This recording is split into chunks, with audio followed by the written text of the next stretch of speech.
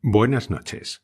Segunda carta de Fígaro a su corresponsal en París, acerca de la disolución de las Cortes y de otras varias cosas del día.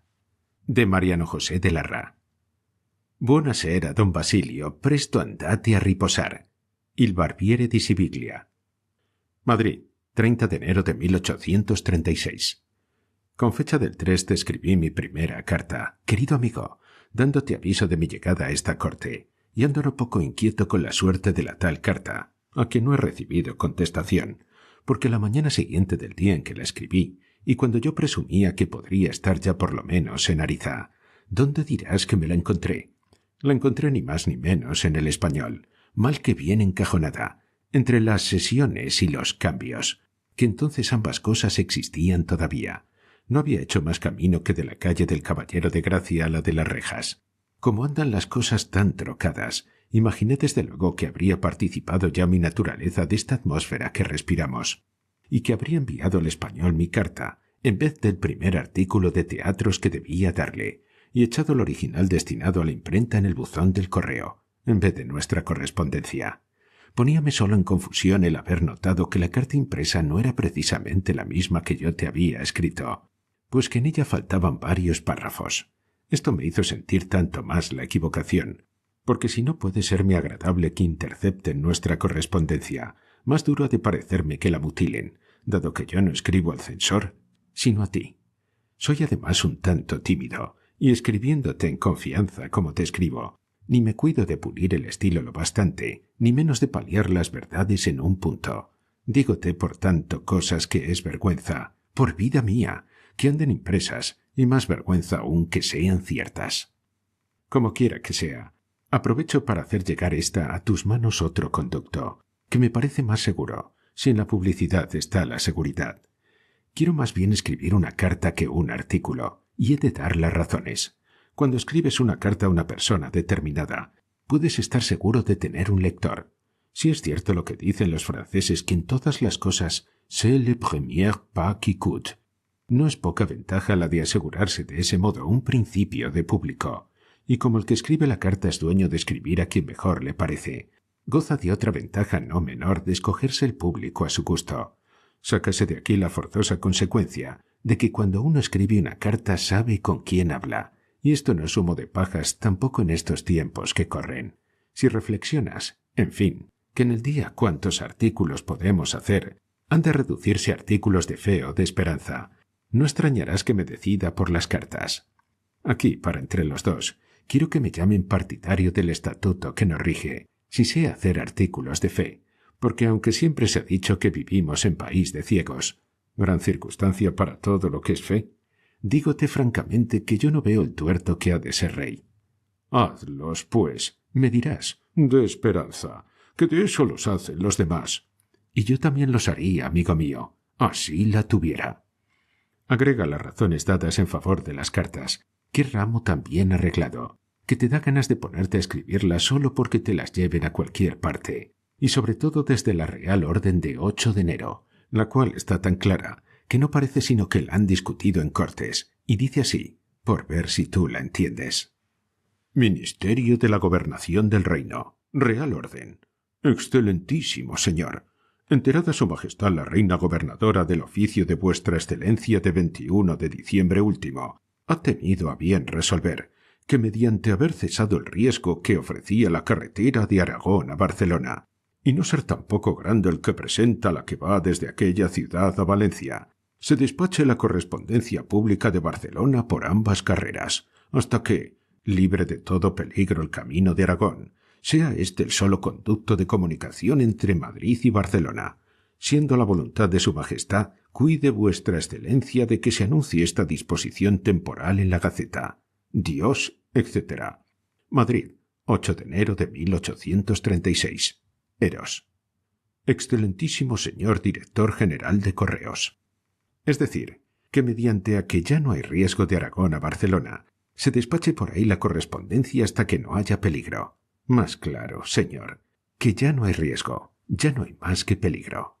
Luego llama temporal a esta disposición, y efectivamente no es mal chubasco. Más que Real Orden parece granizada de palabras, a no ser que la llame así por no llamarla espiritual, y por corresponder más bien al cuerpo que al alma los asuntos de esta carretera.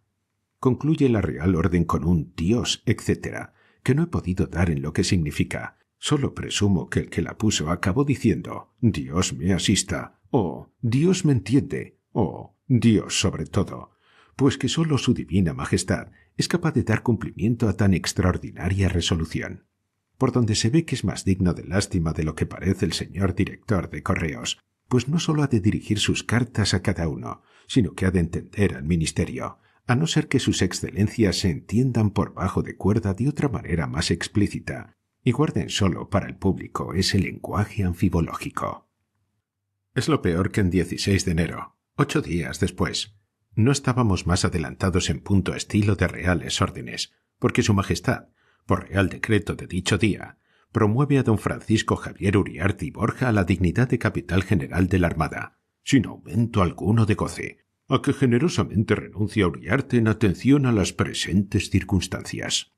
Convengo en que las presentes circunstancias no son para muchos goces, pero también es gran lástima que desde el 16 de enero no pueda gozar el señor Uriarte, sino precisamente lo mismo que gozar hasta aquel día, y que haya de tener tan en el fiel la balanza de sus penas y placeres. Es decir, que si el día siguiente del Real Decreto le hubieran dado al señor Uriarte una buena noticia, como por ejemplo la disolución del estamento, debería haberse mirado mucho en gozar de aquella satisfacción, que debería naturalmente caberle, porque ese sería aumento de goce, supuesto que en su vida habrá tenido otro igual antes del 16 de enero. ¿No sería bueno que para mejorar la suerte del señor Uriarte, y aun la del director de correos, se comenzasen a emplear en los ministerios gentes que supiesen ya leer por lo menos y escribir? Pero estarás impaciente por saber el objeto de esta mi segunda carta. Te habrá chocado el rótulo que en cabeza le he puesto. «Buenas noches», dirás, cuando estoy yo esperando un nuevo día y el progreso y difusión de las luces en cada noticia que de la patria recibo. Quiérote sacar de confusiones. Las buenas noches que te doy no son para ti. No es ahí, sino aquí, donde nos hemos quedado a oscuras. ¿Ves claras ahora las buenas noches? ¿Tampoco? Pues manos a la obra y escucha, que hay que tomarlo de más arriba. Hay entre nosotros unos pocos hombres que andan jugando a la gallina ciega con nuestra felicidad y que tienen el raro tino de hacer siempre las cosas al revés. Estos tales habían leído ya en el año 12 los escritos del siglo pasado, y se habían hecho ellos solos liberales, que no había más que pedir. Oyeron el grito de independencia nacional y dijeron para su sayo: «Oiga, la España se ha ilustrado», con lo cual no tuvieron duda en que se podía dar una constitución, y diéronse una especie de código, sagrado, respetable siempre, como paladín que fue de nuestra independencia y cuna de nuestra libertad, pero cuya bondad no hubo de ser muy comprendida por los pueblos todos, realmente atrasados para tanta mejora, pues que en cuanto se presentó el amo de casa, hubo día de sábado, y quedó el suelo limpio de innovaciones. Los hombres de que te voy hablando dijeron: «Esto ha sido una traición, y otra vez sucederá mejor». Esperaron, y el año 20 helos aquí, que tornan a poner la mesa y los mismos manjares sobre ella, porque el apetito, decían, era el mismo. Pero van y vienen días, van y vienen franceses, viene y se va la Constitución, y vienen y se van nuestros hombres otra vez. Ya en medio de los 3 años entró en reflexión alguno de ellos, y dijo para sí empezando a escarmentar: «¿Acaso no está la España bastante ilustrada, y no tiene su estómago tanto apetito como yo le había supuesto? No será malo sustituir las cámaras a la Constitución». Pero el tercero en discordia decidió la cuestión, y mientras que aquellas y éstas se andaban representando la comedia de «¿Quién ha de mandar en casa?», se adjudicó él a sí mismo la parte del león de la fábula. Nuestros hombres pasaron 10 años en el extranjero, y aquellos de quienes te voy hablando, en lugar de decir esta vez como dijeron la primera: «Esto ha sido traición», que entonces hubieran acertado, dijeron: «Está visto, la España no está ilustrada». La cosa es clara. Malograda la intentona 2 veces. Era preciso inferir una de 2 cosas: o los gobernantes o los gobernados no sirven para el paso. Alguien que hubiese sido modesto hubiera dicho: «Si seremos unos torpes». Pero nuestros hombres dijeron: «Ellos son unos sandios», y pusieron de nuevo la mesa. «Pero esta vez», añadieron, «nos hemos de aitar, porque si el año 12 no teníais apetito, si el año 23 dejasteis hundirse el banquete, ¿Cómo podréis digerirlo el 34? Rara consecuencia. Yo hubiera sacado precisamente la contraria, porque algo habíamos de haber adelantado del año 12 al 20 y del 23 al 34. De suerte que ellos, que habían andado demasiado cuando los demás estaban parados, comenzaron a pararse cuando los demás empezamos a andar. Figúrate, amigo mío, que eres sastre y que le haces a un niño de 7 años un uniforme de consejero. Claro está que ha de venirle ancho. Tú, sastre, entonces dices: «Vea usted, qué niño tan torpe. Le hago un uniforme de consejero, tan hermoso y tan bordado, y al muy necio no le viene». Coges el uniforme, desprecias al niño y te vas. A los 7 u 8 años vuelves con el mismo uniforme, y el niño tiene 15. «¿Ancho todavía?», exclamas. «Esto no se puede aguantar. Si el uniforme está a lo mismo, ¿cómo no le viene? Está visto que este muchacho no sirve para consejero. Es un sandio». Vuélveste a tu taller y, escarmentado de las pasadas experiencias, hacesle una bonita envoltura y vuelves con tu lío debajo del brazo a los 10 años, y entonces el muchacho ya tiene 25. «¡Qué diantres!», gritas asombrado. «Este muchacho es el diablo. Tampoco le viene la envoltura. ¡Ay, ay, ay!». «Pues, señor, es investible». Y coges y le dejas en cueros. Vive Dios, señor sastre. ¡Qué consecuencia y qué tijera! He aquí, amigo mío, la historia de España desde el año 12 hasta el 34, más clara que la del padre Duchesne, traducida por el padre Isla. Me parece que habrás entendido cuál es la envoltura, y excuso decirte quién es el sastre. Ahora que nos podíamos empezar ya a vestir, nos viene con la envoltura, y porque no nos asienta, dice que somos unos brutos.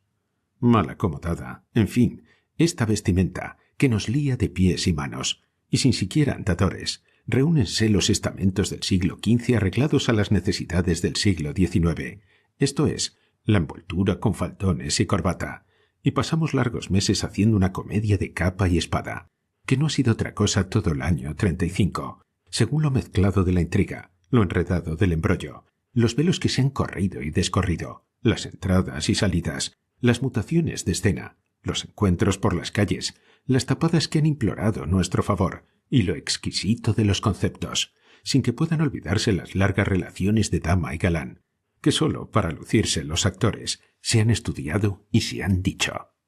Pero cansado el público de tan largos parlamentos y de ver todavía tan oscuro el desenlace, ilumina una noche la península con conventos.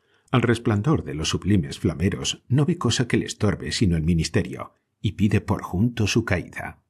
Un hombre nuevo es llamado a deshacer la facción y a rehacer la nación. Se necesitan recursos por una parte, y el hombre nuevo encuentra recursos. Pero para rehacer la nación es preciso empezar por deshacer lo que encuentra mal hecho. Triste suerte, que hayamos de pasar un año en deshacer el error de un día. Nueva Penélope, la España no hace sino tejer y destejer. Júntanse en esto las cortes. «Gracias a Dios», dirás, «que tenemos quien ilustre la materia». El trono habla a las cortes, y las cortes contestan al discurso del trono. Hasta aquí no hay cuestión de gabinete, es solo cuestión de buena crianza. El uno dice, «servidor de usted», y el otro contesta, «muy señor mío». No es decir esto, sin embargo, que no haya transcurrido casi un mes en debatir y dilucidar si el uno podía decir a su riesgo y peligro el primer cumplimiento, y si podría el otro, en consecuencia, responder con el segundo. Pero al fin se convino. Se decidió que no había peligro, ni por una ni por otra parte, en decirse los mencionados piropos. Enseguida el ministerio abriga dudas acerca de si tiene o no tiene la confianza de la nación, que le acaba de confiar el poder. Y va y lo pregunta al apoderado de la nación, cuyo apoderado conviene consigo mismo en que no está el apoderado, supuesto que la ley electoral, por la cual existe, es provisional y defectuosa, y no pudo dar por resultado la expresión de la voluntad de la nación, lo cual es tan cierto que esa misma representación nacional, que no es representación nacional, va a hacer ella en virtud de sus poderes, que no son poderes, otra ley electoral que dé por resultado la expresión nacional. Pero has de saber que en estos gobiernos representativos queda destruido el antiguo refrán que dice que nadie da lo que no tiene. Más claro, con un ejemplo. En ellos una vela apagada puede encender otra vela. ¿Lo ves claro ahora? Pues sin embargo el ministro, puesto por la nación, le pregunta al tal apoderado de la nación si la nación tiene confianza en él. Es decir, que yo, mayordomo tuyo y puesto por ti, le pregunto a tu ayuda de cámara si me da licencia de que te siga sirviendo de mayordomo. Ya ves que el paso es natural. Ventajas inmensas todas de haber hecho las cosas a medias, cuando hubo coyuntura de hacerlas por entero. Suerte precisa de un pueblo, que se empeña en que le den lo que no se da, lo que solo se toma, porque el que da no puede menos de ser legal, y la legalidad repugna toda innovación. Felizmente, como le había de haber dado al apoderado por decir que no, dióle por decir que sí, y tuvimos voto de confianza. Diose de paso otro empujón a la cosa pública, y púsose por fin el nombre de Guardia Nacional, a lo que el año pasado no se podía llamar así sino con manifiesto peligro. Ya te lo he dicho, tejer y destejer. En unos cuantos meses no hemos hecho sino destruir nombres nuevos para llegar a los viejos. Destejer, de fomento a interior, de interior a gobernación, de subdelegado a gobernador civil.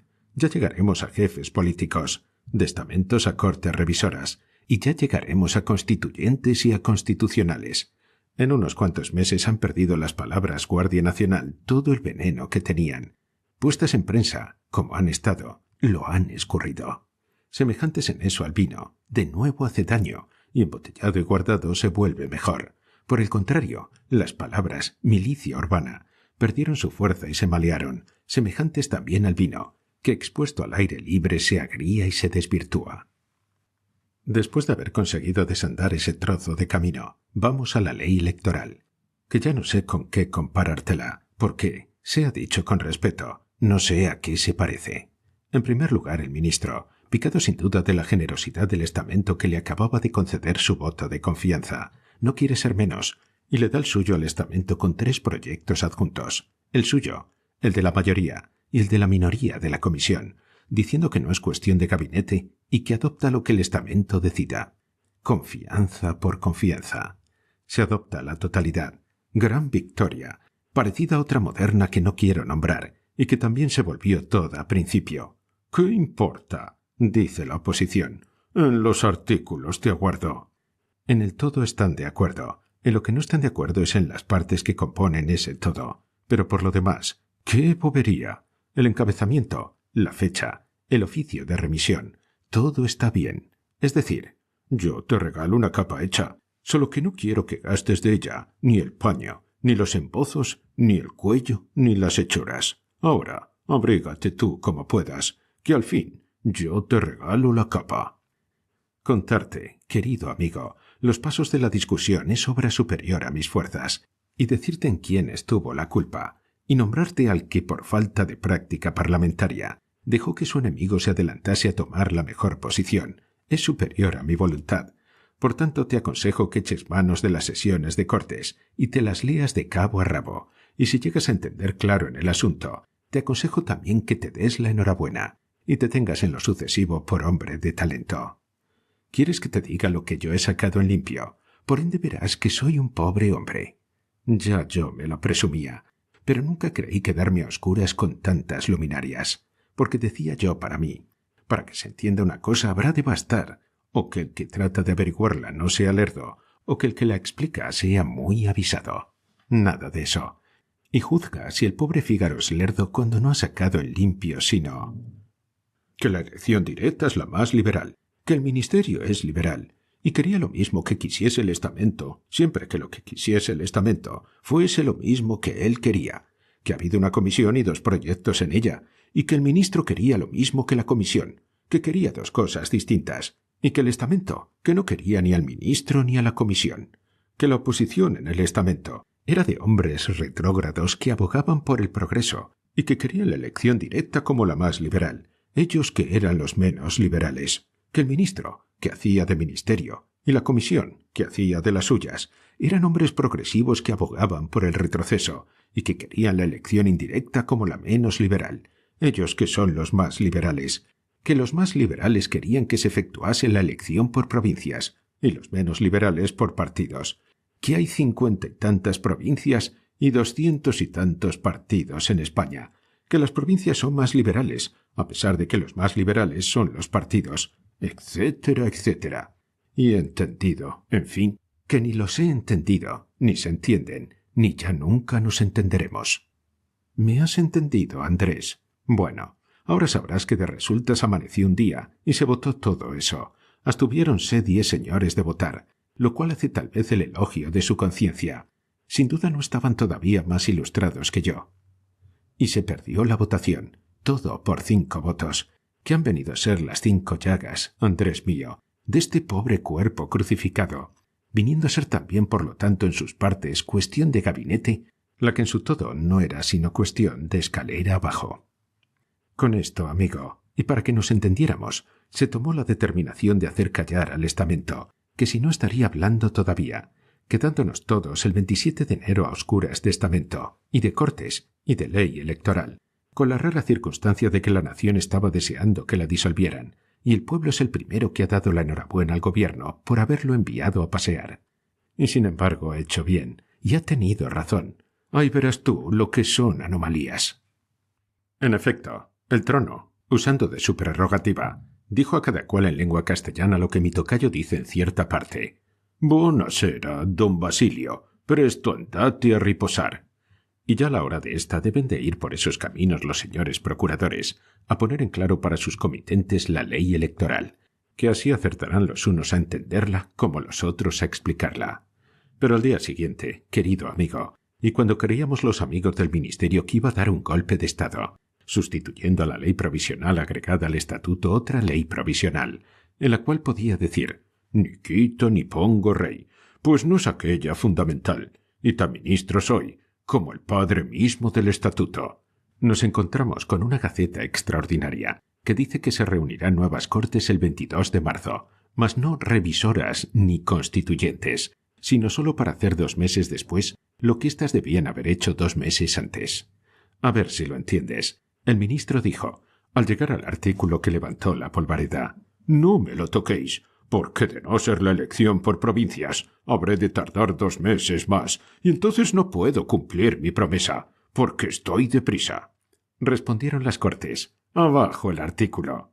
Parece natural creer que el ministro va a echar por el atajo y decir, «No me ahorraréis los 2 meses, pues en atención a la urgencia yo me los ahorro». No, señor, sino que dice, «Me embarazáis 2 meses, y os disuelvo para que dentro de esos 2 meses veamos si otras cortes mejores me los ayudan a saltar». En ese caso, pues, ¿para qué disolverlas? Aguantar los 2 meses, pues que por todos lados se presentan, y así no serán más que 2, porque si las otras cortes vienen diciendo R que R, entonces serán 4 en vez de 2. De suerte que yo por el pronto solo veo clara una cosa, y es que para el 22 de marzo se reunirán de nuevo en Madrid otras cortes, uno de cuyos estamentos será elegido por los electores que elijan los ayuntamientos y mayores contribuyentes, que sus individuos deberán tener 12.000 reales de renta, 30 años y haber nacido o estar arraigados en la provincia, según el estatuto. Que estas tales cortes oirán otro discurso de la corona y volverán a contestarle, que se volverá a poner sobre la mesa la ley electoral, en atención a que es preciso hacer una nueva, pues que la actual, por la cual van a ser elegidos esos mismos que harán la otra, no vale nada. Que para entonces es probable que empecemos a entendernos, porque es de suponer que Tarragona, y Granada y Asturias no han de reelegir exactamente a todos sus poderavientes. Que se discutirá luego el proyecto de libertad de imprenta, el de responsabilidad ministerial, y demás objetos importantes que el bien público reclame. Que para entonces seguramente no tendremos facción, porque estarán al caer los 6 meses de la promesa, o no tendremos ministerio, porque estará caído si no la cumple. Que en eso se pasará la primavera y el verano, que para el otoño se pondrá en vigor la nueva ley electoral, y que mucho antes del día del juicio veremos las cortes revisoras que engendrarán las constituyentes, y en fin, que se acabará el mundo, algún día, si hemos de creer las sagradas escrituras, las cuales añaden, hablando de eso, que nuestro Señor Jesucristo vendrá a juzgar a los vivos y a los muertos. De los muertos no digo nada, pero vive Dios que si yo fuera quien hubiese de juzgar, ya los vivos estarían juzgados.